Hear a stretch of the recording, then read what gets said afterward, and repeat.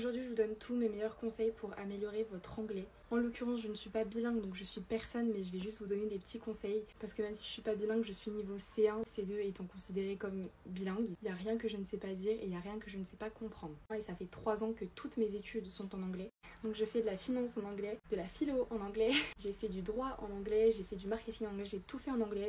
Pour les stages, etc., les entreprises, elles le valorisent grave. Le premier conseil que je peux vous donner, même s'il est tout bête, c'est de lire vos livres en anglais. Moi, il n'y a plus un livre que je lis en français, sauf quand on m'offre des livres. Et tous mes livres, je les lis en anglais. Et en fait, c'est hyper cool pour votre vocabulaire, pour les expressions.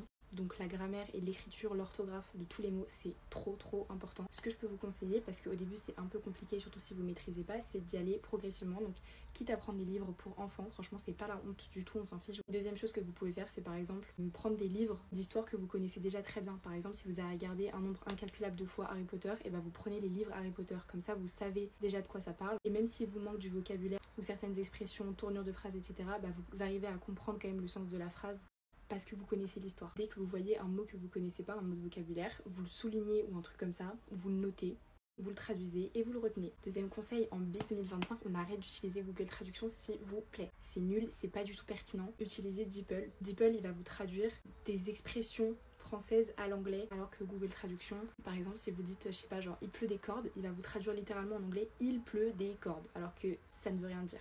Troisième chose, c'est de regarder le même contenu que vous regardez sur TikTok actuellement, c'est-à-dire des Get Ready With Me, mais au lieu de les regarder en français, vous les regardez en anglais. Il y a plein de créatrices de contenu qui parlent toutes les langues possibles sur cette appli. Moi par exemple, c'est ce que je fais avec les brésiliennes parce que j'essaie d'améliorer mon portugais. Du coup, des vidéos de meufs qui se maquillent, je les regarde en portugais. Comme ça déjà, ça me permet d'entendre la langue, donc de comprendre des mots et de les repérer avec l'accent qui est correctement prononcé. Ça vous permet grave de retenir des expressions de la vie courante, parce que c'est vrai que moi par exemple au lycée j'étais hyper bonne en anglais parce que j'avais fait spé littérature anglaise, sauf que littérature anglaise j'ai lu La Servante écarlate, j'ai lu Of Mice and Men, j'ai lu des trucs un peu voilà.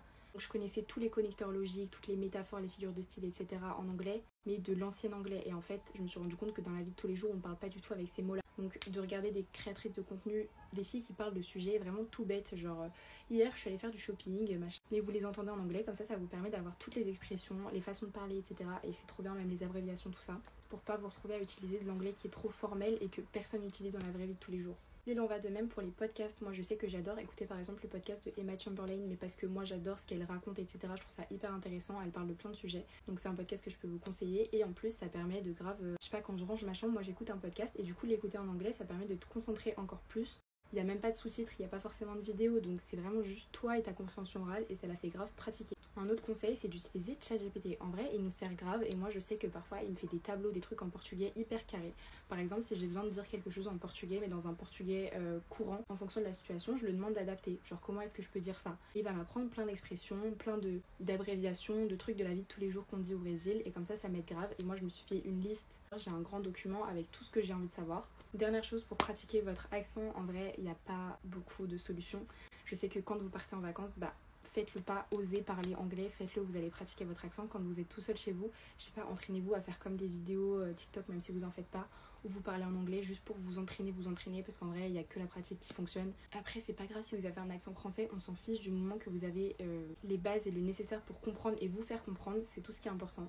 Voilà mes premiers conseils pour apprendre à parler anglais. Évidemment ça peut marcher un peu pour n'importe quelle langue, mais c'est vrai que l'anglais, comme c'est hyper accessible à tout le monde, dans le sens où on a tous quand même des bases en anglais, il y a plein de choses qui sont mises à disposition, genre c'est beaucoup plus simple à la FNAC de trouver un livre en anglais que de trouver un livre en turc ou ce genre de choses. Donc voilà, je vous fais plein de gros bisous et à demain.